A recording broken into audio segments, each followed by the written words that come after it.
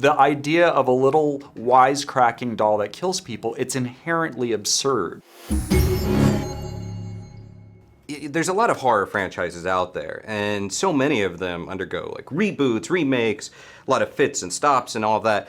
To what do you attribute the longevity of this franchise? How does it keep going without having a major overhaul? Alex? The storytelling, the reinventing of itself, that it's gone in several different directions now with different tonality and different feels to each film.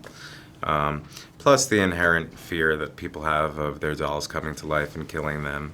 And combine that with Chucky's Charm to begin with. He's a killer that you love to hate. And, Brad's brilliant performances of him in every film, makes Chucky likable for all the wrong reasons. This is the horror franchise where there's been one writer the entire franchise, and he's smart and thoughtful, and he refuses to make the same movie over and over.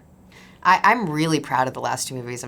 I'm particularly proud of this one. I saw it for the first time last week, and I hate watching myself, and I was applauding with every cell in my body. I just think it's really, we tried to make something specific, and I think we succeeded. We're 100% on Rotten Tomatoes. I just think it's good, and it's cool that the seventh, digital version of a horror franchise is still good. It doesn't happen that often.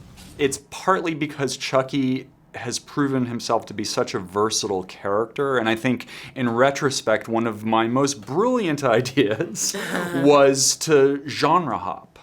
Like most people who get sort of typecast, because that happens to writer-directors as well as actors, people think of me horror, but I love all kinds of different movies, and I love comedies. Love comedy of all different stripes. So turning my own franchise into a comedy with Bride of Chucky and Seed of Chucky, that was a lot of fun to me. Each one's an original, standalone thing, and but while also keeping the storyline going. It's a unique feat to have pulled off, to keep the story thread going for 30 years, but also keep each movie feeling. It's not just like, oh, now I'm gonna watch Chucky kill 8 people.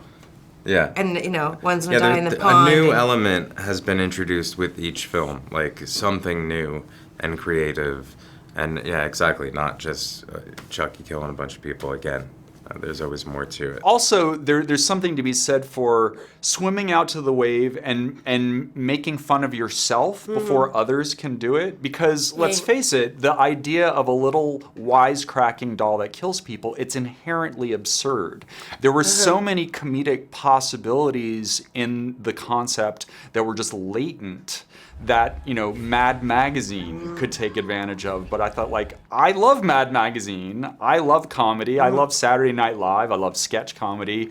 Why don't we just do that ourselves? And I think that's one of the things that's helped keep it alive. And then we've come back to straightforward horror with Curse of Chucky. With this movie, I kind of wanted to experiment to see how far could we push the comedy quotient without relinquishing the real creep factor. I don't think there is an end game right now. You're just dealing with it story to story. If we're lucky to tell more of the story, then we will, and then we can.